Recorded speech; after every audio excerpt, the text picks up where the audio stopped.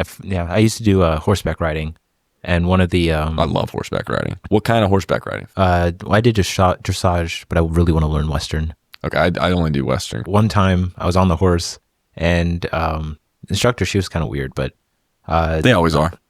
yeah, but she was like just quirky. Anyway, so she was trying to get me comfortable with trotting, just to getting into the rhythm and everything. I hate trotting. I love cantering. Cantering is so much fun. That's like full speed. That's galloping is full speed. I like galloping. Galloping. I like cantering just because once you get into the rhythm, it's like the horse just goes. Galloping is really fun because you don't have to do it. Yeah, you're just on for the ride. I used to be terrified of galloping because I was like, okay, like trotting is hard. No one told me that. Like you go and you trot on a horse, like you're it's a pain. You feel like you're gonna fall off the whole time. And then one day, like we just decided, or the guide I've been horseback riding a lot. I've done this ride a lot. So like I'm not an expert, but like if you gave me a horse, I could do everything you need to do to get it up and moving, and I could handle myself on horse. So the first time I was learning how to gallop though, I was terrified. I was like, oh boy, like I'm about to fall off this horse. And I was fully prepared to die that day. I was like, I'm falling. It's okay. I'm not going to wear a helmet. There's just no way. And then I was like, oh, this is the smoothest thing ever. So the next time we did that Woodstock ride that I just said was like a 4-hour long ride, something happened. It rained, and I go with my dad, and who's been horseback riding his whole life. And we had the guide, and no one else showed up because it rained. But we were the two crazy ones who were just like, whatever, rain or shine, we're going to be there. And we booked it the entire time. We galloped through the woods like it was like a scene out of a movie. It was one of the best experiences of my life. We did the whole ride in 2 hours. There's probably a different feeling with galloping in English style versus Western, because Western is going to feel so much more comfortable. Dude, I've done English before. Psychopaths. You guys are nuts. It's the worst way to ride a horse. And then the worst part is dressage is where you look good. Dressage is it's like dressage is a weird thing. You look beautiful, but it's a pain. How did you get into dressage? I do no idea. Oh, how old were you when you got into it? Probably like 16, 17. Damn, you got into it late in life. You got into it at a questionable age. Straight up, like, why were you doing dressage? I can't even say it. Why were you doing dressage at 15, 16? Because when I was... No wonder you don't talk to women. I wouldn't talk to women either if I was like, hey, I'm Aaron. I do dressage. Like, yeah, that conversation's going nowhere. Yeah. Pick up a basketball and watch how that conversation changes. They're going to be like, oh, hey, Aaron. Yeah, all right, my bad. Keep going.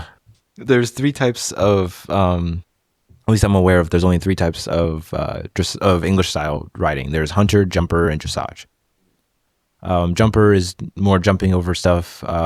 Dressage is more looks, and then hunter I think is like an in-between kind of parts of dressage, parts of jumping. So my favorite instructor, I don't know if he still teaches, but he used to teach in the Olympics. He was an Olympian, great guy, highly disciplined. That sport's in the Olympics? Yeah, dude, the Olympics is weird. The Olympics needs. Let me finish my story. Let's get to that. Let's get to that later. Put that on the docket, though. I want to talk about the Olympics. It should be banned. We'll talk. Okay. Well, actually, this story is going to be very short. So, we're riding around, and this is like first or second class that I have with him. And he asked me, what do I want to teach, or what do I want to learn? I completely forgot the name hunter and jumper, so I just said dressage because that's like because it's a name that you don't forget. And he's like, oh, no one really does that. Odd. It's weird you want to do that.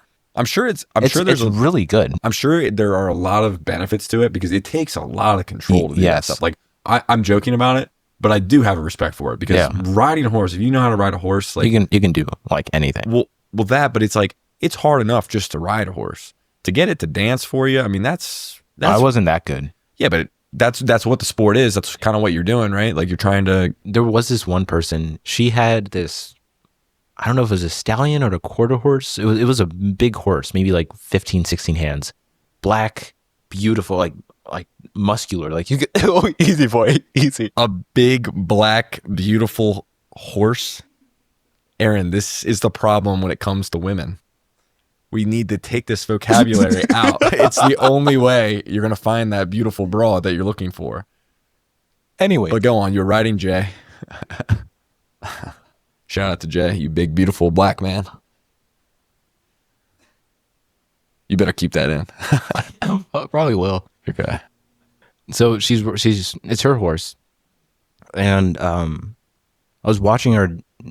To, just I guess it was just maintenance, just making sure the horse knows what it's doing.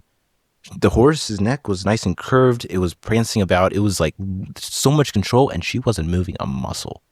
Like it's so to see it on TV is one thing. To see it in person, I'm not going to forget that. Like it's structured, it's beautiful, and there's very little effort. Yeah, the thing that when I did the what is it? European, is that what they call it? The riding? It's English. English, sorry. When I did the English for the first time, it was very confusing. Like, and then I was talking to the person who was showing me how to do it, and they were like, the horse feels everything you do. So like if you're tense or if you're leaning a little bit too far to the right, like your body has to be like in perfect control. Like we talk about like gymnastics, jiu-jitsu, judo, about like balance and control and all these things all the time. Get on a horse and move a centimeter off and you're going for a ride. Like that to me is like an insane level of discipline and routine, whatever you want to call it. Like it's one of the craziest things in the world. I know I was just talking a lot of smack about it, but it's insanely impressive. Yeah, one of the other schools that I went to was owned by a German. Very, like comparing the two. I feel like Germans would be good. You know how like in other sports, like it's like, okay, jiu-jitsu, Brazilians, like track, it's people from Nigeria. Like I feel like it's got to be Germans for dressage because they are just so like 9, She owned the entire school, and you could see everything was to the nines. Like the stables were all clean, the saddles were all like polished and everything. It was obviously, it's still horse country. Like there's still like horse stuff all over the place, but like she had it like that high level discipline. And one of the things I remember her mentioning is that it was either at the end of every day or the beginning of the day. Like she would wake up at like 4 a.m. and everything. She would always have to readjust the horses because like when the kids are riding, when people who are not experienced with the horses are riding, they'll start to like mess with the horse has its own mindset and then they don't know what they're doing. So now the horse is kind of like all wonky.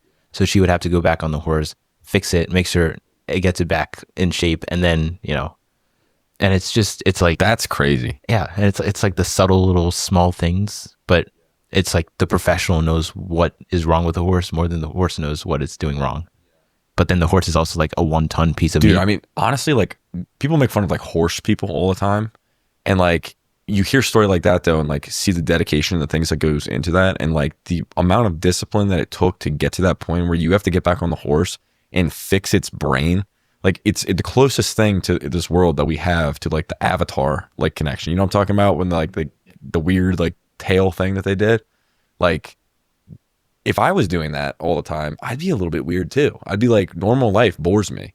I control a 1,000-pound beast that could just throw me in an instant, and I just spend my day controlling that. Like that, honestly, to me, sometimes when I got really into jiu-jitsu and I was doing a lot of like the bow hunting, whatever like very intense activity that I'm doing, like if I do it too much, I find that like the rest of the world gets a little bit boring. Like if I'm not at a barbecue if I'm at a barbecue or something and like I'm not doing that super intense activity, it's like, what am I even doing with my day? Like, why am I here? Like, so I can only imagine what it's like to be a horse person and like have those resources and that discipline, that skill, and then just be like, the rest of the world is boring to me. Like everyone else is just, I don't care about you.